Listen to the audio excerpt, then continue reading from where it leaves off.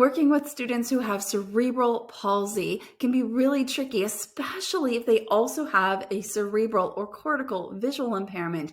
Both of these conditions start in the brain, and the ways that they can manifest make things really tricky for teachers.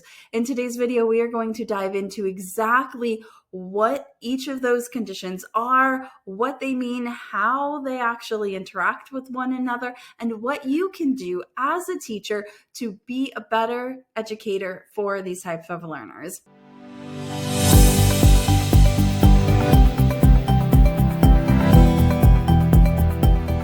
Hi, I'm Cassie Maloney, and I am an orientation and mobility specialist, as well as the founder of the Society of Exceptional Educators, where we provide 21st century teaching strategies for all educators working with people with visual impairment. So let's dive into our presentation style YouTube video today, because we've got so much to cover. I definitely want to get you this information in a way that seems really fun and tangible for you. Today it's going to be a little presentation style, because I have been really digging these kind of YouTube videos when I go to watch YouTube videos. So I figured if I like it, maybe you would, and let's see how it goes. If you do like it, leave me a comment. If you don't, and you're like, give me something else, Cass, we'll hook you up with that as well. But today we're looking at cerebral palsy and cerebral visual impairments, or cortical visual impairments. In today's video, you are going to learn exactly what cerebral palsy, CP, and cerebral visual impairment, CVI, are. I'm also going to give you tangible tools for teaching your students who have CP and CVI, and we're going to break down the commonalities, what to look for in your students, and even like how to set up your environment, and give you some additional resources at the very end.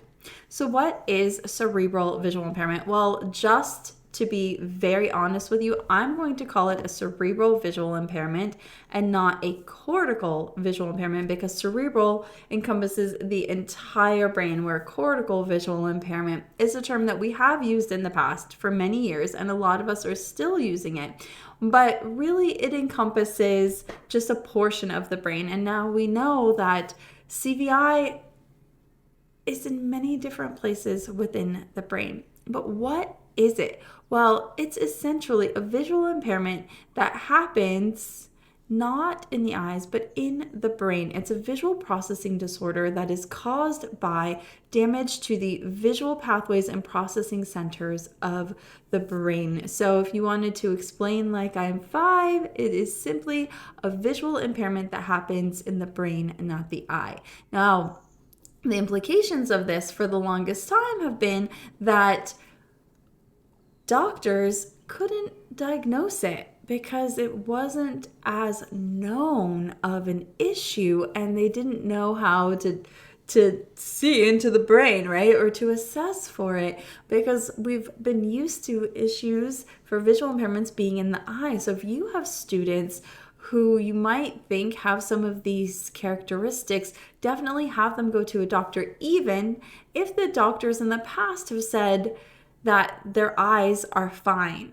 Get a second opinion, please, because you as the teacher or the caregiver, you are with the student all day, every day. That doctor is not. And if you think that something's up, something's probably up, you know? It's why we have our ethical protocol. That's what leads us to our intuition. I can walk into a room and tell you who has a visual impairment, and that's just because I've had 20 years of doing this. It's not because I'm going to go back to any specific medical book. CVI is also the leading cause of visual impairment in children at this moment in time. Now, whether that is environment or whether that is, nature or nurture, we don't know exactly. But I can tell you that more and more research is been done around cortical and cerebral visual impairments, and what we know now would astound me. Back in the day, we weren't even taught about CVI. It just was like barely coming up. We really had no idea. And if I had no idea, I've been in the field for 20 years, but a lot of people are still struggling with this. So if you feel like you're struggling, please understand that that's okay. It's normal. This is a situation where everything is going to fluctuate all the time. And we'll get into that actually right now. So some visual characteristics that you'll see with your students with visual impairments, cerebral visual impairments specifically, is that they see better when they or the object are moving. So this has educational implications that we'll get to in just a second. But also we notice that a lot of times they have a visual field loss somewhere.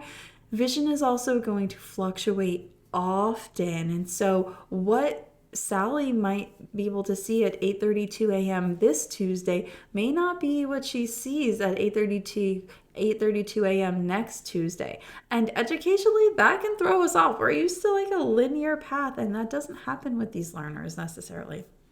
But the really cool thing is that vision can get better with cerebral or cortical visual impairments. Now, let me explain to you a little bit about how cerebral visual impairments actually, like how those students see. And now every student is going to be different. There are different phases of this visual impairment. And if you're interested, I highly encourage you to go look up those phases and see what they typically can see within each of those phases.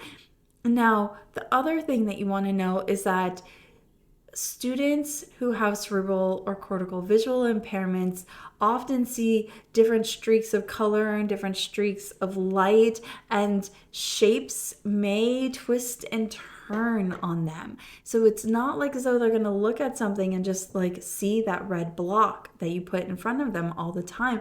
It might move into a wave. They may not be able to see it at all. Their brain may not process that red block is there. And so what you're going to see are a lot of adapted things happening from your students because they need to.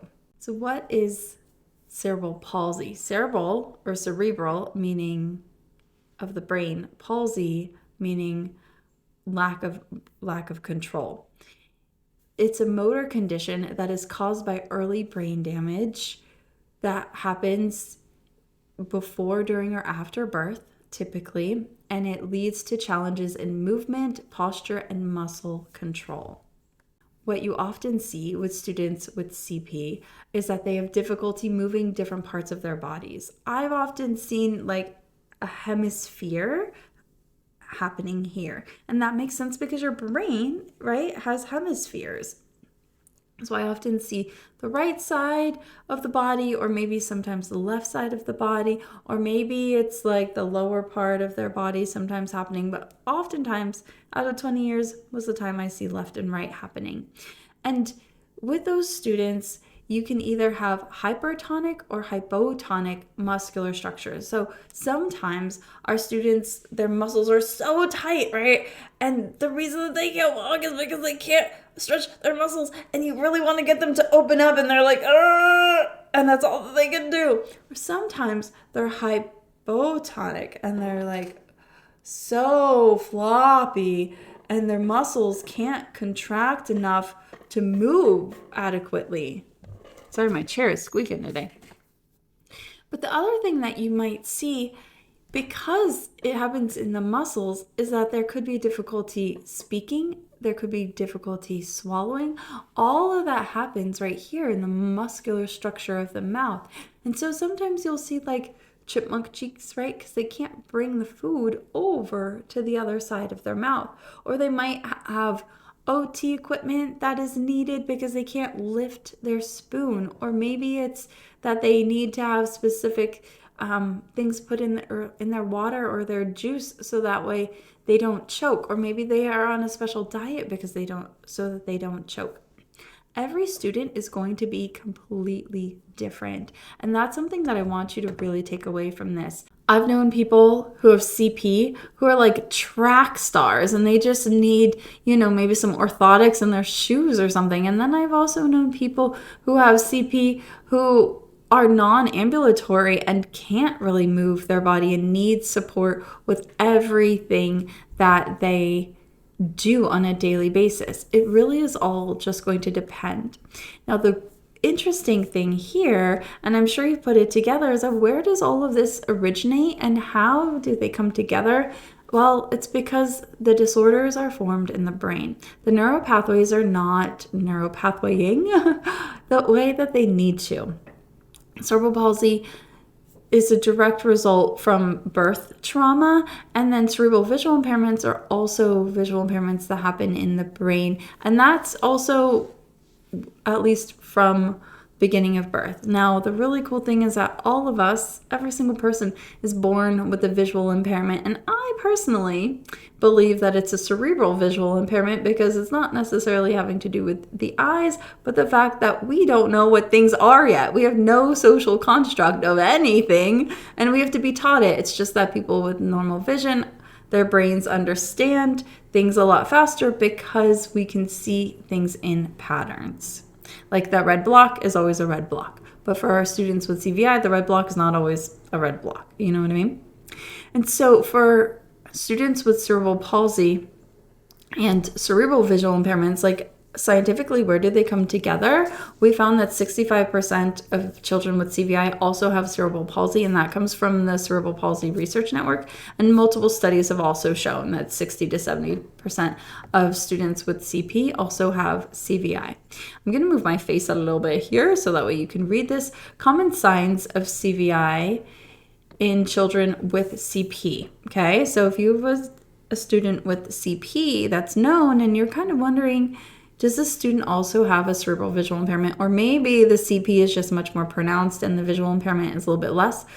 You might see some of these things. First is going to be difficulty orienting to objects unless they, either the object or the person, move. And then also strong attraction to light sources like lamps, windows, YouTube videos, or, there's a picture later on in here where there's a light box and the student is really enjoying that. Holding objects close to their face, and we'll get into the acuity part in just a second. And then struggling to recognize people unless they speak. And why is that? It's because they can't differentiate the tiny details that facial recognition takes. Also, facial recognition happens in the central vision, and if you're constantly having to look away, that facial recognition, right, that happens here isn't going to be as acute or as strong in acuity as for people who don't have to look away and have the item moving all the time. And difficulty finding things in a cluttered environment. If you are a teacher, I want you to take this into consideration very seriously. As teachers, especially in the Instagram era, we are indoctrinated to believe that our classrooms have to have lots of posters, they have to be beautiful, everything has to match, lots of rainbows of different colors. However, if you had vision that created like streaks or made things blurry, or like you couldn't see stuff if the area was cluttered, how would that affect your learning? So for your learners without visual impairments, they look up and they see, A is apple poster. Great. Then they go back to their, visually, they go back to what they're working on, and that works for them. But for our learners who have CVI, they might look up, see that same poster, and it not really be recognized by their brain. And so then they're spending time to try to figure out what that is, and then they have to come back down to look at what they were doing in the first place. Also, getting around their classroom, if it's cluttered, is going to be a lot more difficult. And what is one surefire way to take away somebody's autonomy? Not let them move independently. What's one surefire way to increase behaviors? Not give them control of their own body. And so if they can't move around their classroom, you can expect to see some more behaviors because it's frustrating because they want to be independent. That's just something that I've seen over and over again in the 20 years I've been doing this. Now, if we're also looking at common signs of CVI in children with CP, we've also got trouble using their vision when in an unsupported position. And this goes back to that field loss situation. So let's say you have a student whose vision happens to be like better in the lower field and they're looking up, right? They might need to be supported in this way. If you have a student who's in a wheelchair and they're hunched down, let's get the camera on, they're hunched down, but their vision is here, and you're putting something up here, they're not going to be able to see it. Also, a lot of times we'll see that they appear to be disinterested in visual tasks. It's a lot sometimes, you guys, and our students need breaks. But what do we as teachers, what are we taught to believe that taking breaks means? It means that they're disinterested and maybe they're having behavior, which may not be the case. We can also take that as a short attention span. May or may not be the case. They also might have difficulty reaching for objects while looking at them for that same reason, because you typically have to look at something and keep steady, and that object has to stay steady while you reach for it. And then missing objects in certain areas of their visual field, like I just said. When we're looking at movement, because this is a huge thing for me as an orientation and mobility specialist, I teach blind students how to travel and get around.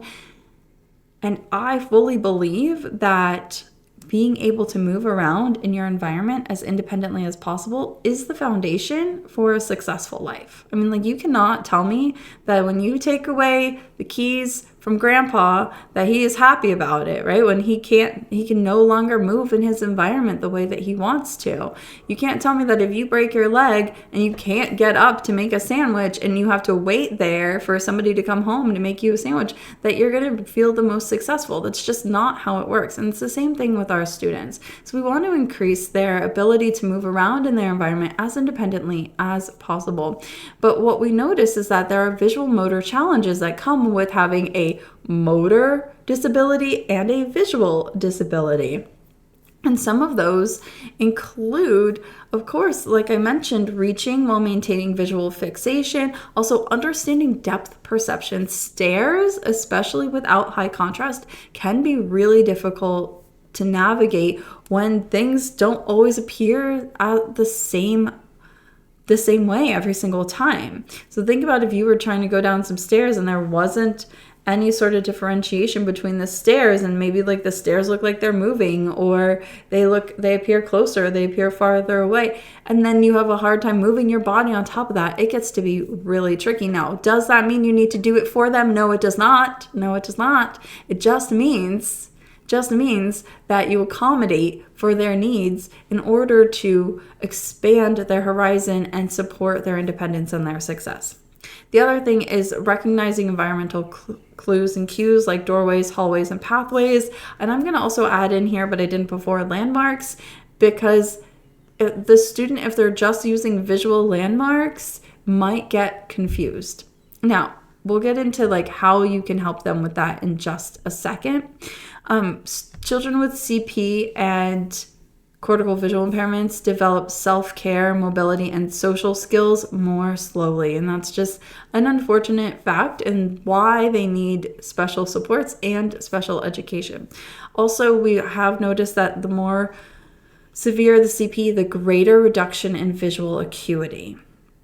So typically, when we are looking at any sort of dual sensory impairments, it's not just visual plus motor or visual plus hearing, visual plus other things. It's going to be one, not plus, times. So think about the issues that they have in one area are going to be exponential with both of them together, because the concept gaps, the skill gaps, everything is going to need a much deeper foundation of direct instruction and support. Direct instruction can come from the experts, the OT, the PT, the O&M, the TVI, but every moment of every day that student is working on that skill, and that's where the teachers and the TAs come in. So let's break this down just a little bit further for you. Here are some educational supports and strategies for children with CP and CVI specifically. Again, I'm going to move my face so you can see it. So children with CP and CVI are going to learn best when multiple senses are engaged. I just kind of explained why, because they have two sensory motor systems disadvantaged, right? So they need other things. So what you want to do as a teacher is think about, how can I help them engage in each activity that you're going to go through and make it a little bit more multi-sensory of an approach. So auditory, I'm going to say not even just listening to instructions, which is great, but also tell your students what you're doing. They can't see you. Now, of course, if you're talking over a bunch of loud noises, that auditory stimulation might also be a lot. So take this with a grain of salt. But one idea that you can do is to create an auditorily rich learning environment for your students. Typically, telling them instructions is good, right? But we also want to be telling them, say you're going from the classroom to the playground. Oh, we just left the classroom. Oh, did you hear that door close? Oh, we're turning left. And then maybe tap their left shoulder. Simple things like that. Oh, we're going down the hallway. Oh, you hear Miss Rodriguez? Oh, look, Miss Rodriguez said hello. Or just sharing what's going on. Oh, there are students walking by, so that they begin to identify that this sound means this thing is happening. And then also, of course, increasing their kinesthetic movement, pair up with the OT-PT, include movement as much as possible. Now, I'm going to just raise my hand right here. Yes, movement is super great. Overuse of YouTube videos, not super great. If you're going to include YouTube videos in your class, amazing. I would highly suggest adding it into a routine. There's another video on our channel about how students with visual impairments learn. Please go check that out after this one. It's incredible. It's going to walk you through a little bit about why routines matter and how your students with visual impairments, any visual impairment, actually learns. Yes, including those YouTube videos are fantastic, but make sure that your student can actually kinesthetically participate. And so you're going to want to break down that YouTube video and teach it in a slow motion and have them actually practice the movements. Those movements are not going to look the same as, of course, anybody on YouTube or any character, and that is a-okay. It's really just about getting them to move their body. And then the next ones, of course, we want to increase the olfactory senses and taste. That's typically done in the cafeteria or in daily living or within the OT or PT sometimes settings. I actually don't know PT, olfactory and taste, but OT for sure. And then again, allowing for autonomy and choice to keep learning engaging and accessible. Some teaching modifications that you might want to take into consideration, and this is one of my favorite CVI resources. I'll also list some of my other favorite CVI resources at the end of this, but you want to make sure that your materials have high contrast and low clutter. We talked a little bit in this video about the clutter aspect, and man, is it such an imperative thing with your students with CVI. High contrast, black, red, and yellow tend to be the best colors, but you'll need to get in with your TVI and maybe a low vision specialist to figure out exactly what colors work best for your learner and how much you really need to do this. Do you need to make an entire wall black in your classroom and have that learner's materials up on that wall? Do you need to have a trifold board for this learner so that they can block out everything else and actually learn? Do so in a way that doesn't socially isolate them as much as possible. Also, allowing for breaks. This is going to be a big one and maybe a big learning curve for you. It was for me, and that's okay if it is, but your students are going to need to take breaks. You can either add them in, or the student will oftentimes just take the break as they need to. I mean, sometimes I'm just whew, I'm tired, right? Just I trust myself to know when I'm tired. You can trust your students to know when they are tired and follow their lead as much as possible. And then I'm going to be preaching this a lot on this channel, hand under hand, as much as needed. It's not always needed, but I'll show you how to do this, and this will come up a lot in our videos. So when your student is reaching for something, a lot of times the idea is to grab their hand. I don't want you to do that. That takes away their autonomy. It would make you so mad if somebody did that. So don't do it. What we're going to do is we're going to place our hand underneath their hand and help that student to put their hand on the item that you want them to, especially if your student has very low acuity and is using tactual information, tactual learning media, or tactual objects. You want their hand on top of yours. And yes, it may not go exactly as you want, but that will be a-okay. Here are a bunch of different resources. I will list them in the video below. I hope that you're getting a lot of really good information here. This is something that I think is really important for everybody to know. I actually am making this video mostly for my TAs because we have a student who has CP and CVI, and I wanted to bring you guys into the fold a little bit and share with you. I hope that you guys can use this information to take a step forward in helping your learners with CVI and CP to access their education. And as always, give this video a like, subscribe, and let me know in the comments below, because I love chatting with you, if you have a student who has CVI and CP and how they present, because it's going to be so different for every single student. All right, guys, I will see you next week, and you are going to use this information, of course, to help you take a step forward. See you later.